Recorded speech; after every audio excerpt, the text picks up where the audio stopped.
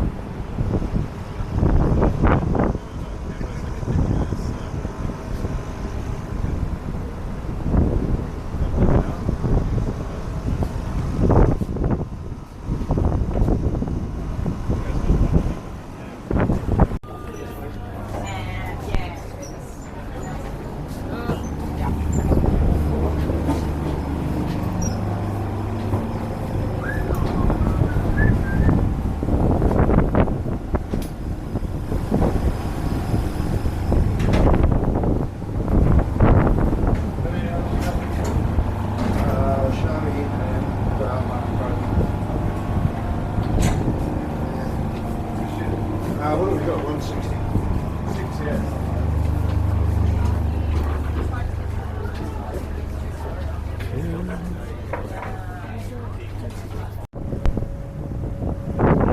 We are now at the front of Scuba. Gonna raise it.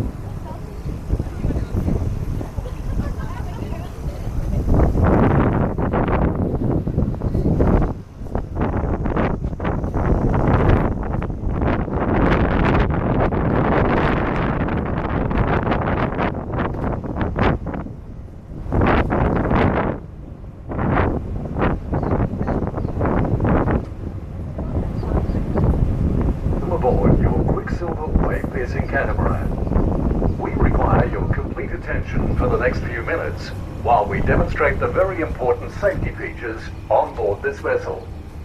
As part of the safety requirements for this vessel, we would like to indicate to you where the life-saving equipment is kept. Life rings are situated outside on the main deck, forward and aft, for use in the event of a person falling overboard. Life rafts are stowed on the sun deck and have the capacity to handle all passengers and crew. These will be launched by the crew as required. Cabin exits are midship and aft on the main deck and aft on the bridge deck. Life jackets are stowed under seats in the main and bridge deck cabins and in clearly marked lockers throughout the vessel. Crew will assist passengers on outside decks. Children's life jackets will be provided by the crew. In the most unlikely event that the life jacket should have to be used, they must be fitted as demonstrated. Place the life jacket over your head with the arms through the tapes. Pull tightly, cross at the back, and tie securely in front. If the abandoned ship order is given, please proceed as directed by crew to the closest exit, where a crew member will assist you to board a life raft. If instructed to enter the water, pull down firmly on the neck opening with both hands and jump well clear of the vessel. A safety plan showing emergency exits and safety items is located on the main and bridge decks. Always obey instructions from crew in emergencies. Thank you for your attention.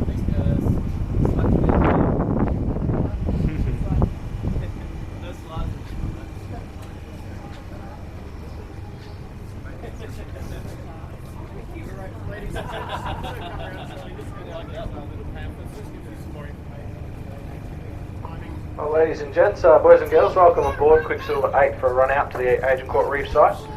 We have a trip ahead of us stretching some 38 nautical miles, and as we come out of Dixon's Inlet here, we'll be picking up speed and sitting on around 31 knots, which should see us out at the reef well and truly before 11:30. Do take care when walking around the vessel. There's handrails provided, and if you'd like, you can sit out on the bow. Just make sure that any kids are accompanied by an adult. Otherwise, guys, sit back, enjoy the trip out to the Great Barrier Reef.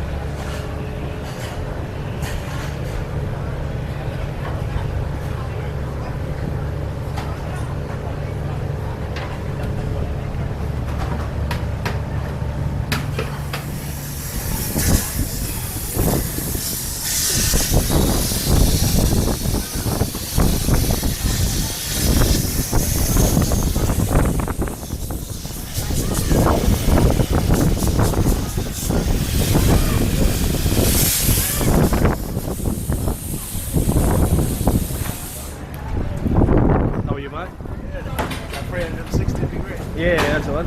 Yeah, it's pretty good, this one.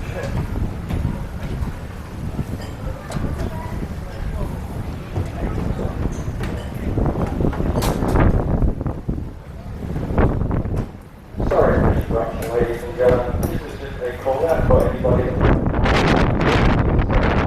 Complimentary semi-submersible tour of the day. We'll be boarding at the time.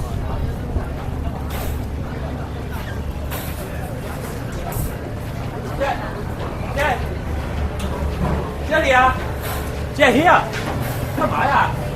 这里。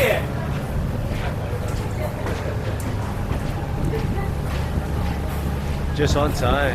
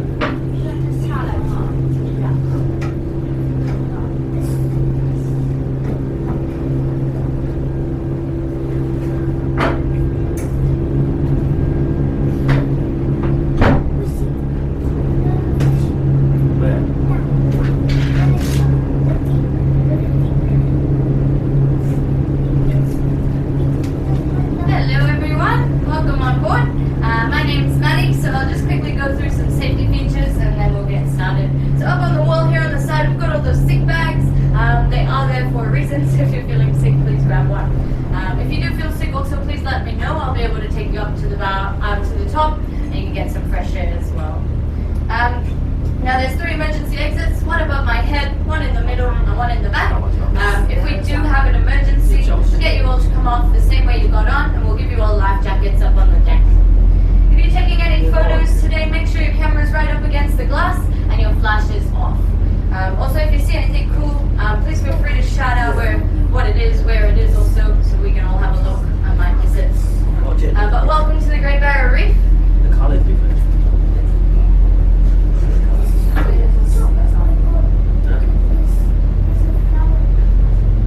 A parrotfish on the left-hand side, and a turtle Turtle where? on the left-hand side as well. Oh yeah. That one's a little green turtle. Let's see.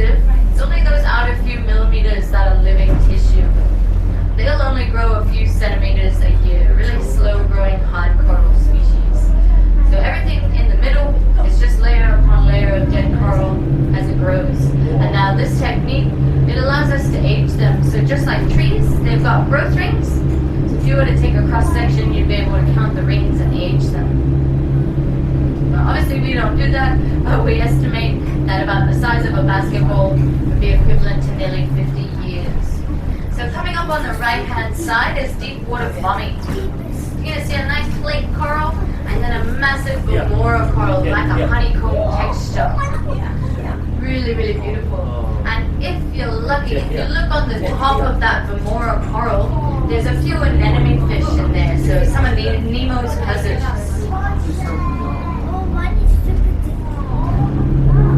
We're going to pass that bombing on the way back. So make sure you have another good look, see if you can see any of those anemone fish. So if you guys can believe it, about 60,000 years ago, during the time of glacial activity, when Aboriginal people occupied great parts of the Australian continent, all of this outside was not underwater, it was dry.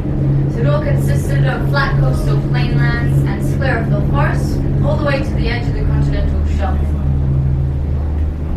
It wasn't until about 5,000 years ago that the reef began to resemble what it looks like today.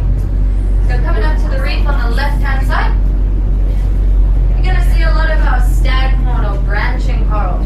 So this one's one of our fastest growing species, and a single branch will grow about 10 to 20 centimeters in a year.